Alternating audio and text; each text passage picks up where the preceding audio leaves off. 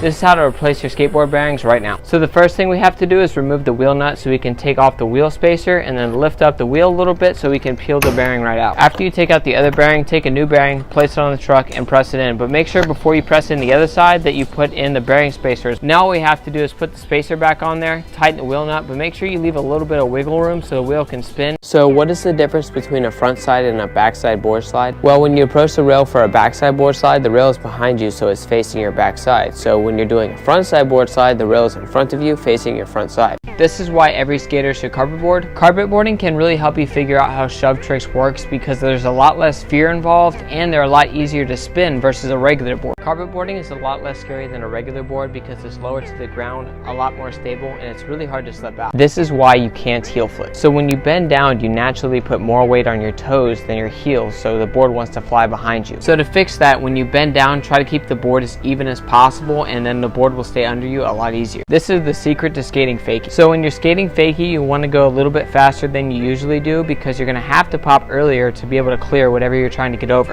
If you're having trouble learning how to kickflip, practice with just landing with your front foot and then toss it in the grass, and do a half flip, focusing on landing with both your feet on the board before you take it all the way. Did you know if you wax your board right above the wheel, you'll be less likely to die the next time your wheel rubs your board? This is why you can't kickflip. So if you're having trouble getting your front foot back on the board, film yourself and see how you are flicking. Are you flicking out or down? Because if you're flicking down, it's going to be a million times harder to get your front foot back on top of the board versus if you were to flick out and keep your front foot above the board at all times. The secret to backside 50-50s. If you stand at a slight angle and just hop on the ledge like you're going to get into a back 50-50 and then do an ollie without your board before doing it with one, it will be a lot easier to figure out how to get into it. If you were to ride up to a board slide at a 45-degree angle, the momentum is going to want to carry you over the rail a little bit and slow you down because your momentum is trying to carry you more over the rail than with the rail. So the more parallel you can ride up to a board slide, the easier it's going to be to slide. If you take a rock or some paint and mark the board where you want to flick, not only are you going to get a more consistent flick because now you have a spot to aim, but your tricks are going to look much better and feel much better too.